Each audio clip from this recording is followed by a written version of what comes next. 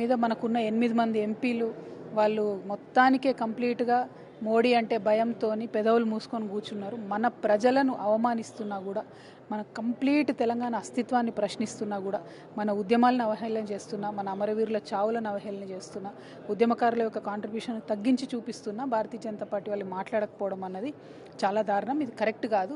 వాళ్ళ ప్రధానమంత్రి గారు కూడా ఇదివరకు అదే పని చేసిండు. తల్లిని చంపిర్రు, పిల్లని బతికించిండు అన్నాడు. ఆయన 100 మాటలు చెప్పిండు. అమిత్ షా గారు వచ్చిన ప్రతిసారి తెలంగాణ విమోచన అని ఆయన ఒక కొత్త కథ చెప్తాడు. ఇవాళ అదే కోవలో తేజస్వి సూర్య అనే పక్క రాష్ట్రం ఎంపీ ఆయన మన మీద కమెంట్ చేసిండు. మరి అదే టైంలో అక్కడ కూర్చున్న బీజేపీ ఎంపీలు కనీసం ప్రొటెస్ట్ చెప్పకపోవడం అంటే బీజేపీకి తెలంగాణకి ఎటువంటి సంబంధం లేదు అని బీజేపీ వాళ్ళు మళ్ళీ చెప్తున్నట్టు అయింది.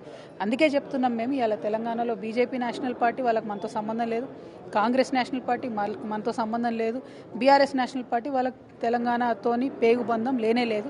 కాబట్టే రేపటి నాడు జాగృతి లాంటి ప్రాంతీయ పార్టీలు ఉంటేనే ఇక్కడ ప్రజల గురించి, ఇక్కడ ఆకాంక్షల గురించి కొట్లాడతాం. ఇప్పుడు మీరు బీజేపీని అంటా ఉన్నారు, ఒక పక్క కాంగ్రెస్ ఎంపీలు కూడా 8 మంది ఉన్నారు, అండ్ ఈవెన్ ముఖ్యమంత్రి కూడా అదే పరిసర ప్రాంతాల్లో ఉన్నారు. ఎందుకంటే రాజ్యసభకు ఎలక్ట్ అయినటువంటి ఎంపీల చేత ప్రమాణ స్వీకారం చేయించేందుకు ఈవెన్ ఆయన కూడా స్పందించినటువంటి పరిస్థితి ఉంది.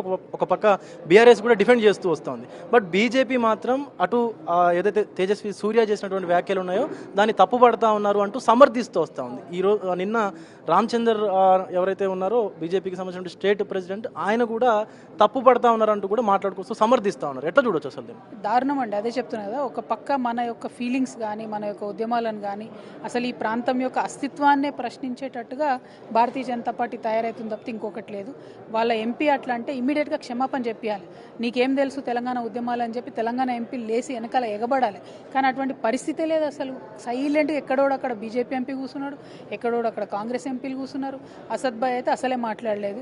కాబట్టి ఎవరు కూడా 17 ఎంపీలు మన రాష్ట్రం నుంచి ఎలక్ట్ అయితే 17 మంది కూడా అభ్యంతరం చెప్పకపోవడం చాలా దారుణం. ఇవాళ నిన్న ప్రజల నుంచి వచ్చినటువంటి తీవ్ర వ్యతిరేకత తర్వాత ఏదో కాంగ్రెస్ ఎంపీలు మాత్రం ఏదో ప్రొటెస్ట్ చేస్తామని వాళ్ళు చెప్తున్నారు. మరి ఆ ప్రొటెస్ట్ వాళ్ళు ఫోటోలకు పోజులు ఇస్తారా లేకపోతే పిఆర్ స్టంటా ఏందో తెలియదు. కానీ నిజంగా తన తల్లిని ఒక మాట అంటే ఇన్స్టెంట్గా రియాక్ట్ అయ్యేటాడు నిజమైన కొడుకు అవుతాడు. అంతేగాని రేపు పొద్దున ఆలోచించుకొని కార్యక్రమం పెట్టుకొని చేసేటోళ్ళని కొడుకు అన్నారు వాళ్ళను. డెఫినెట్గా ఇవాళ కాంగ్రెస్ కానీ బీజేపీ కానీ తెలంగాణ ఉద్యమంతో సంబంధం లేదని మరీ ప్రూవ్ చేసుకుంటా ఉంటారు.